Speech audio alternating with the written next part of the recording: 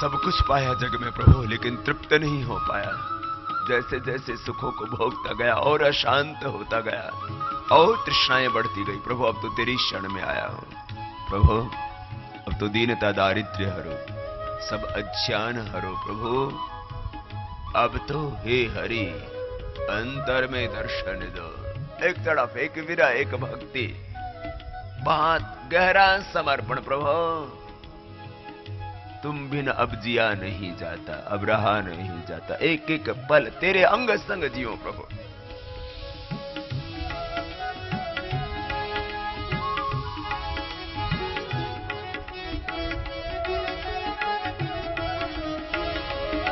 सब कुछ पाया इस जीवन में, सब कुछ पाया इस जीवन में, बस एक तमन्ना बाकी है, अब बस एक तमन्ना बाकी है।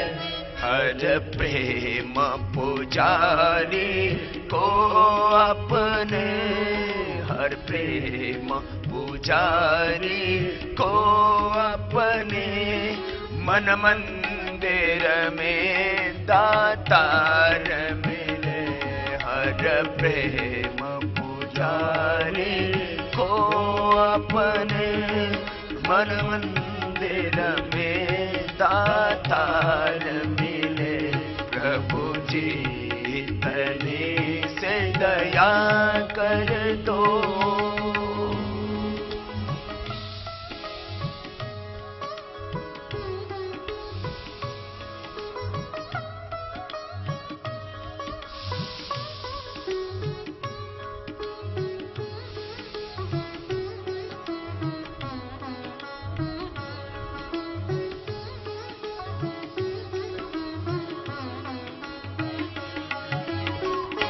हम जन्म जन्म के प्यासे हैं, हम जन्म जन्म के प्यासे हैं। और तुम करुणा के सागर हो, और तुम करुणा के सागर हो।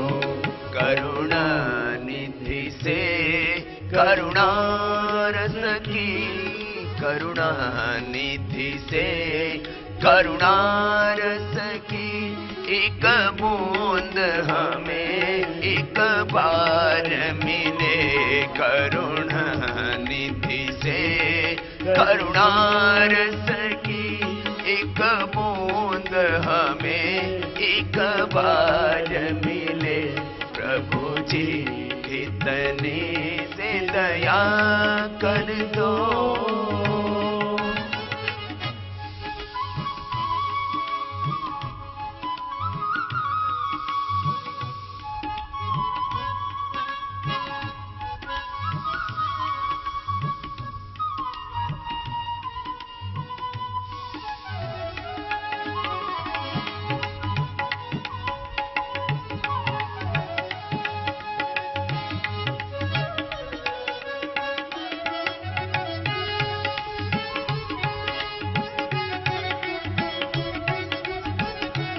आइए सब मिलकर के गाएंगे। हे प्रभु न जाने कितने जन्म कितने जीवन बीत गए तेरे दर्शन के बिना।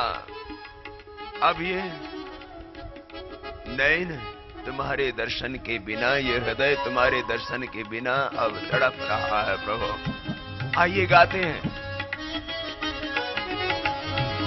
इस मार्ग पर चलते चलते, इस मार्ग पर चलते चलते, सदियां ही नहीं युग बीत गए, सदियां ही नहीं युग बीत गए। मिल जाए पथिक मंजिल अपनी, मिल जाए पथिक मंजिल अपनी। हमको जो तुम्हारा द्वार मिले, मिल जाए पथिक मंजिल अपनी।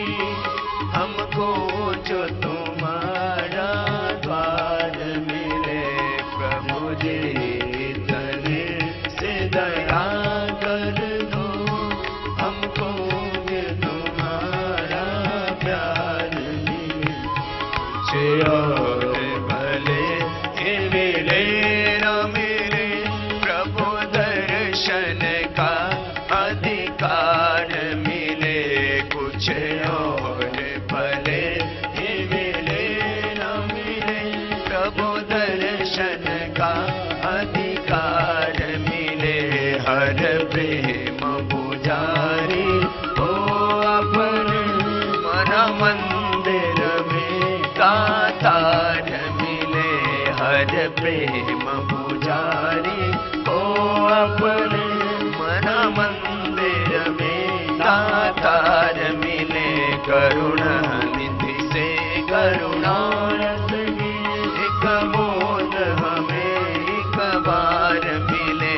करुणा निधि से करुणा रस की एक बूंद हमें एक बार मिले। प्रभु जी इतनी से दया करो हमको भी तुम्हारा प्यार मिले, हमको भी तुम्हारा प्यार मिले, हमको भी तुम्हारा प्यार मिले। बोली सच्चिदानंद भगवान की जय, भारत माता की जय। तो भस्त्रिका प्राणायाम किया, प्रभु की शक्ति की आराधना करते हुए। देखो हमारे चारों ओर बहुत सी अदृश्य शक्तियां हैं, बहुत सी अदृश्य सत्ताएं, बहुत सी अदृश्य आत्माएं भी हैं, मुक्त आत्माएं। महर्षि पतंजलि कहते हैं स्वाध्यायात इष्ट देवता संप्रयोग। देखो जैसे प्राणायाम के करने से हमें सिद्धि मिलती है, सफलता मिलती है। जन्म औषध मंत्र तपः समाधि जा सिद्धया। कपाल भाति करते करते कुछ योग की गहराइयों में आपको और लेकर के जाते हैं। कुछ जन्म से ही सिद्ध होते हैं, जन्म से ही उनको वैराग्य होता है, जन्म से ही उनको विवेक होता है, जन्म से ही उनके भीतर पवित्रता होती है, सच्चरित्रता होती है, जन्म से ही तपस्वी होते हैं, जन्म से ही योगी होते हैं। ऐसी पुण्य आत्माएं इस धरती पर समय समय पर अवतरित होती रहती है, जो जन्म से ही सिद्ध है, जन्म से ही योगी है। कुछ को पुरुषार्थ करना पड़ता है, कुछ पूर्व जन्म की अर्जित पुण्यों को साथ में लेकर के आते हैं। हाँ, यूं तो सभी साथ में लेके आते हैं, लेकिन जिसने बहुत पुण्य कर्म किए हैं, ऐसी पुण्य आत्माएं, ऐसी योगी आत्माएं इस धरती पर जन्म लेती रहती है। जन्म कुछ सिद्धियां औषधियों से मिलती हैं, कुछ सिद्धियां मंत्र से मिलती हैं। इसलिए गायत्री, मृत्युंजय, महामंत्र आदि का जप हमारे संतों और शास्त्रों ने हमको बताया। हमारे संत, हमारे शास्त्र हमें मंत्रों की दीक्षा देते हैं, गुरुजन भी मंत्र देते हैं। ओंकार, गायत्री, महामृत्युंजय, ये मंत्र है। मंत्र से सिद्धि मिलती है, तप से सिद्धि मिलती है। जन्म औषध मंत्र तप समाधि जाह सिद्धय। समाधि से सिद्धि मिलती है, तप से सिद्धि मिलती है। प्राणायाम परम तप, प्राणायाम सबसे श्रेष्ठ तप है। प्राणायाम से सिद्धि भी मिलेगी, समाधि भी मिलेगी। प्राणायाम की निरंतरता से प्रत्याहार, प्रत्याहार की निरंतरता से धारणा, धारणा की निरंतरता से ध्यान, ध्यान की निरंतरता से समाधि। त्रयम एकत्र संयमः तज्जयात प्रज्ञालोकः। उससे संयम और प्रज्ञालोक तस्य भूमि शिवनियोग प्रातिभाद्वा सर्वम। आप प्राणायाम करो ना, एक ही साधे सब सधे। एक प्राणायाम को साध लो, सारा जीवन सध जाएगा, शरीर इंद्रियों मन पर निग्रह हो जाएगा। सबको करना है। रोगी निरोगी होंगे, निर्व्यसनी होंगे। जो निराशा, अविश्वास और अकर्मण्यता से घिरे हुए हैं, उनके जीवन में आशा, विश्वास, आत्मगौरव और कर्तव्य बोध जागृत होगा। आत्मबोध जगेगा।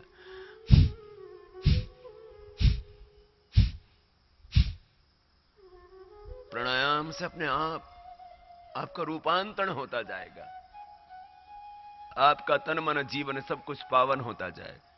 ये एक स्वाभाविक प्रक्रिया है।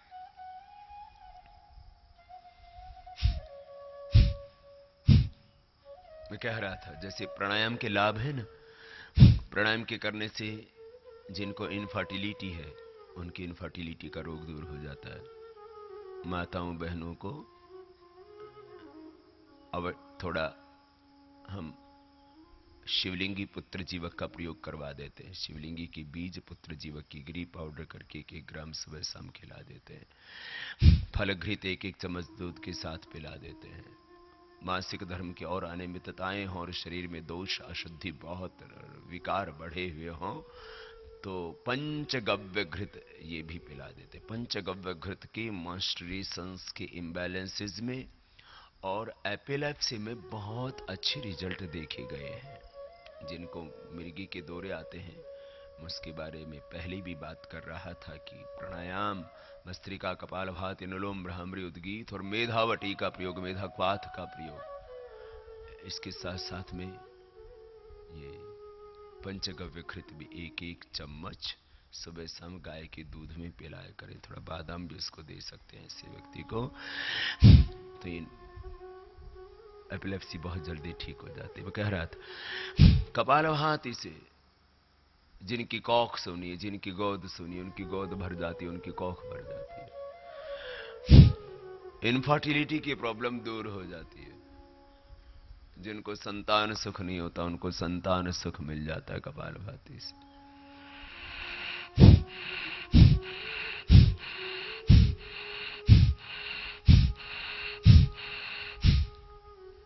माताओं बहनों के यूट्रस के फाइब्रोइड्स, ओवरी की सिस्ट इससे खत्म हो जाती है। फिलिपियन ट्यूब बंद भी होती है तो ओपन हो जाती है।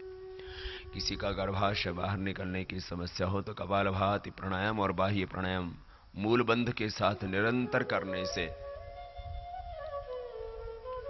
वो यूट्रस के बाहर निकलने की समस्या का भी समाधान हो जाता है। जिनका एनस बाहर निकलता है वो कपालभाति और मूल बंध लगाते हैं तो एनस बाहर निकलने की समस्या भी, गुदभ्रंश बोलते हैं उसको संस्कृत में, वो समस्या भी दूर हो जाती है।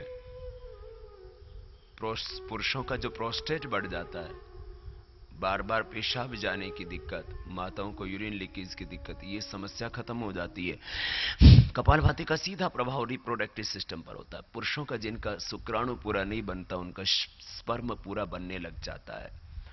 उनको चंद्र प्रभावटी, यौवनामृत और शिलाजीत रसायन का भी प्रयोग करते हैं। आवश्यकता होने पर उसको अश्वगंधा, शतावर, सफेद मूसली और कौच के बीज, ये बहुत अच्छी औषधि है। जिनको यौन रोग है, जिनको यौन दुर्बलता है, जिनको ध्वज भंग की प्रॉब्लम है, यौनांगों में शिथिलता है, या जिनको